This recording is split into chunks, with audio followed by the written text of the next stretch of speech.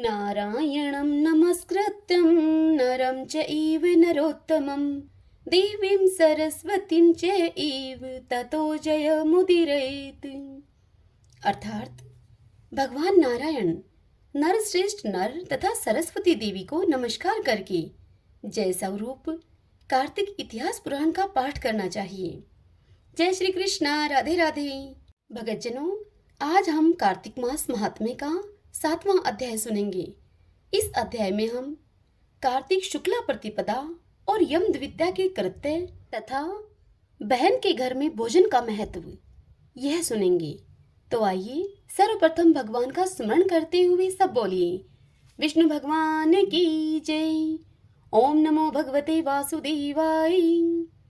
ब्रह्मा जी नारद जी से कहते हैं, हे पुत्र, प्रतिपदा को आरती करके स्वयं वस्त्र आभूषणों से सुसज्जित होकर कथा, गायन, कीर्तन और दान आदि के द्वारा दिन को व्यतीत करें। इस दिन स्त्री और पुरुष सभी को तिल का तेल लगाकर स्नान करना चाहिए। इस प्रतिपदा को जो लोग तेल, स्नान आदि पूर्वक पूजन करेंगे, उनका वह सब कुछ अक्षय होगा। संसार में प्रतिपदा तिथि प्रसिद्ध है, उसे पूर्व विद्या होने पर नहीं ग्रहण करना चाहिए। अमावस्या विध प्रतिपदा में तैलाभ्यंक नहीं करना चाहिए, अन्यथा मनुष्य मृत्यु को प्राप्त होता है। यदि दूसरे दिन एक घड़ी भी अविद्या अर्थात अमावस्या के वेद से रहित प्रतिपदा हो तो उत्सव आदि कार्यों में मनीषी पुरुषों को उसे ही ग्रहण करना चाहिए। दूसरे दिन यदि थोड़ी सी भी प्रतिपदा न हो तो पूर्व विद्या तिथि ही ग्रहण करनी चाहिए। उस दशा में वह दोषकारक नहीं होती है। जो मनुष्य उस तिथि में या फिर उस शुभ दिन में जिस रूप से स्थित होता है, उसी स्थिति में वह 1 वर्ष तक रहता है। इसलिए यदि सुंदर, दिव्य एवं उत्तम भोगों को भोगने की इच्छा हो तो उस दिन मंगलमय उत्सव अवश्य करें। प्रातःकाल गोवर्धन की पूजा करें। उस समय गौओं को विभूषित करना चाहिए और उनसे बोझ ढोने या फिर धोने का काम नहीं लेना चाहिए। गोवर्धन पूजा के समय भगवान से इस प्रकार प्रार्थना करनी चाहिए, पृथ्वी को धारण करने वाले गोवर्धन, आप गोकुल की रक्षा करने वाले हैं। भगवान विष्णु ने अपनी भुजाओं से आपको ऊंचा उठाया था। आप मुझे कोटि गौदान देने वाले हो। लोकपालों की जो लक्ष्मी यहाँ धेनु रूप से विराज रही है और यज्ञ के लिए घृत का भार वहन करती है, वह मेरे पापों को दूर करे। गायें मेरे आगे हों और गायें मेरे पीछे हों। गायें मेरे हृदय में हों और मैं सदा गौओं के मध्य में ही निवास करूं। इस प्रकार गोवर्धन पूजा करके उत्तम भाव से देवताओं, सत्पुरुषों तथा साधारण मनुष्यों को संतुष्ट करें। अन्य लोगों को अन्नपान देकर और विद्वानों को संकल्प पूर्वक वस्त्र, तांबूल आदि के द्वारा प्रसन्न करें। कार्तिक शुक्ल पक्ष की यह प्रतिपदा तिथि वैष्णवी कही गई है। तो लोग सब प्रकार से सब मनुष्यों को आनंद देने वाले दीपोत्सव तथा शुभ के हेतुभूत बलिराज का पूजन करते हैं। वे दान, उपभोग, सुख और बुद्धि से संपन्न कुलों का हर्ष प्राप्त करते हैं और उनका संपूर्ण वर्ष आनंद से व्यतीत होता है। प्रतिपदा और अमावस्या के योग में गौओं की क्रीड़ा उत्तम मानी गई है। उस दिन गौओं को भोजन आदि से भली भांति पूजित करके अलंकारों से विभूषित करें और गाने बजाने आदि के साथ सबको नगर से बाहर लेकर जाएं। वहां ले जाकर सबकी आरती करें। ऐसा करने से मनुष्य सब पापों से मुक्त हो जाता है। हे पुत्र नारद, अब तुम मृत्युनाशक यम द्वितीया व्रत का वर्णन सुनो। द्वितीया तिथि को ब्रह्म मुहूर्त में उठकर मन ही मन अपने हित की बातों का चिंतन करें। इसके बाद सोच आदि से निवृत्त होकर दंत धावन पूर्वक प्रातःकाल स्नान करें। इसके पश्चात श्वेत वस्त्र, श्वेत पुष्पों की माला और श्वेत चंदन को धारण करें। नित्य कर्म पूरा करके प्रसन्नता पूर्वक औदुंबर अर्थात गुलर के वृक्ष के नीचे जाएं। वहां उत्तम मंडल बनाकर उसमें अष्टदल कमल बनाएं। तत्पश्चात उस औदुंबर मंडल में भगवान शिव, विष्णु और ब्रह्मा तथा वीणा पुस्तक धारिणी वरदायिनी सरस्वती देवी का स्वस्थ चित्त से आह्वान एवं पूजन करें। चंदन, अगरू, कस्तूरी, कुमकुम, पुष्प, धूप, नैवेद्य एवं नारियल आदि के द्वारा पूजन करके अपमृत्यु निवारण के लिए वेदवेता ब्राह्मण को अलंकार के सहित दूध देने वाली सवतसा गाय दान करें। उस समय ब्राह्मण से इस प्रकार कहें, हे विप्र, मैं अपमृत्यु का निवारण करने के लिए संसार समुद्र से तारने वाली यह सीधी सादी गाय आपको दे रहा हूँ। यदि गाय न मिल सके तो ब्राह्मण को भक्ति पूर्वक एक जोड़ा जूता ही अर्पण करें। तदंतर पूजा समाप्त करके भगवान विष्णु में भक्ति रखते हुए अपने कुटुंब के श्रेष्ठ वयोवृद्ध पुरुषों को श्रद्धा भक्ति के साथ प्रणाम कर लें। फिर अनेक प्रकार के सुंदर फलों के द्वारा अपने स्वजनों को तृप्त करें। उसके बाद अपनी सहोदरा बड़ी भगनी के घर जाएं। बड़ी भगनी से यहाँ अभिप्राय बड़ी बहन से है। तत्पश्चात उस बहन को भी भक्ति पूर्वक प्रणाम करते हुए उससे कहें, हे सौभाग्यवती बहन, तुम कल्याणमयी हो। मैं अपने कल्याण के लिए तुम्हारे चरणार बिंदों में प्रणाम करने के उद्देश्य से तुम्हारे घर आया हूँ। ऐसा कहकर बहन को भगवत बुद्धि से प्रणाम करें। तब बहन भाई से यह उत्तम वचन कहे, भैया, आज मैं तुम्हें पाकर धन्य हो गई। आज सचमुच में मैं मंगलमयी हूँ। हे कुलदीपक, आज अपनी आयु वृद्धि के लिए तुम्हें मेरे घर में भोजन करना चाहिए। मेरे सहोदर भैया, पूर्व काल में इसी कार्तिक शुक्ला द्वितीया को यमुना जी ने अपने भाई यमराज जी को अपने ही घर पर भोजन कराया और उनका सत्कार किया था। उस दिन कर्मपाश में बंधे हुए नारकीय पापियों को भी यमराज छोड़ देते हैं, जिससे वे अपनी इच्छा के अनुसार घूमते हैं। इस स्थिति में विद्वान पुरुष भी प्रायः अपने घर में भोजन नहीं करते। बहन के ऐसा कहने पर वर्तमान पुरुष वस्त्र और आभूषणों से हर्ष पूर्वक उसका पूजन करें। बड़ी बहन को प्रणाम करके उसका आशीर्वाद प्राप्त करें। तत्पश्चात सभी बहनों को वस्त्र और आभूषण देकर संतुष्ट करें। अपनी सगी बहन न होने पर चाचा की पुत्री अथवा पिता की बहन के घर जाकर आदर पूर्वक भोजन करें।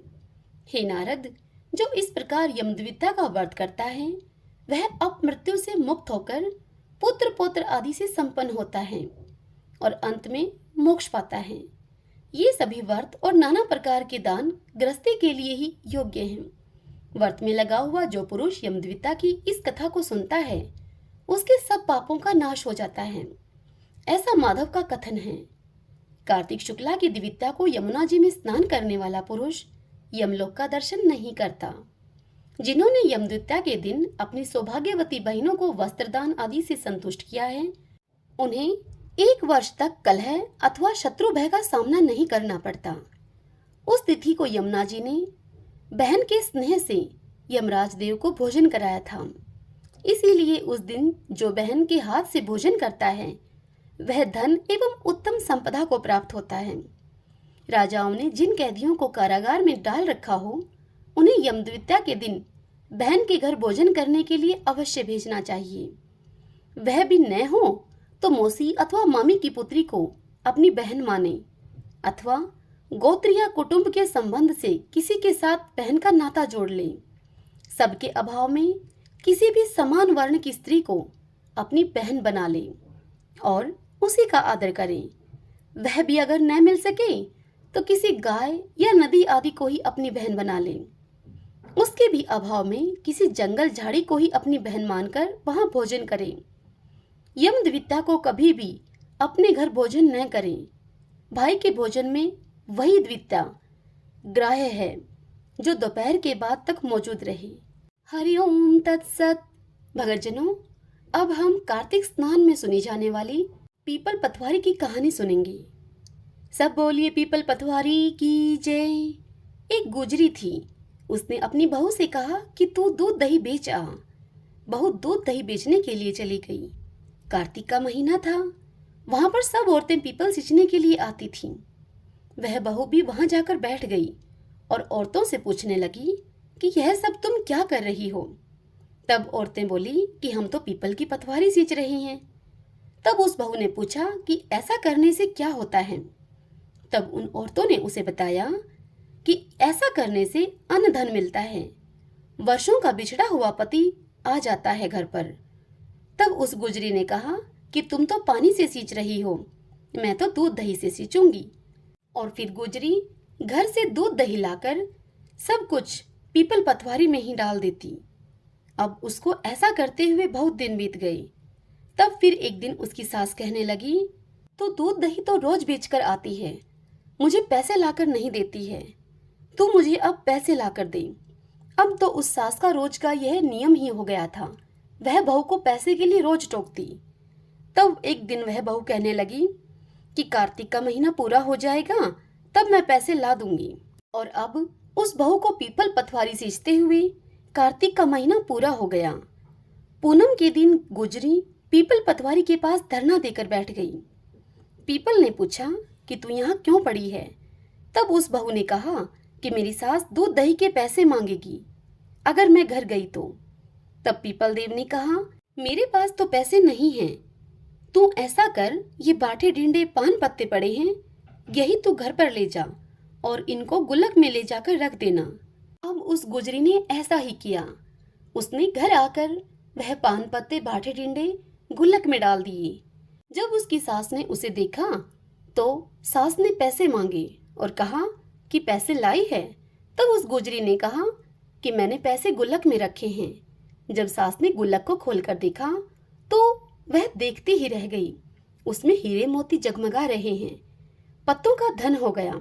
सास बोली, बहू तू इतना पैसा कहाँ से लेकर आई है? तब बहू ने आकर देखा तो बहुत अधिक धन पड़ा था उस गुल्लक में।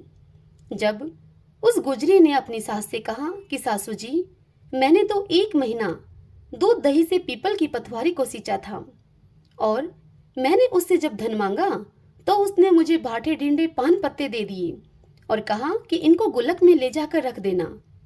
यह वही पान पत्ते बाटे ढिंडे हैं जो अब पीपल पथवारी की कृपा से हीरे मोती हो गए हैं। तब उस गुजरी की सास कहने लगी कि अब की बार जब कार्तिक मास आएगा तब मैं भी पीपल की पथवारी सींचूंगी। अब समय बीतने पर कार्तिक मास फिर से आया। कार्तिक मास में सास ऐसा करती कि दूध दही तो बेच आती और हांडी धोकर पीपल पथवारी में रख आती और फिर बहू से कहती कि तू मुझसे अब पैसे मांग। तब बहू ने कहा कि सासू जी, कभी बहू भी सास से पैसे मांगती है भला? तो सास बोली कि तू तो मुझसे पैसे मांग। तब बहू ने सास से दूध दही के पैसे मांगे।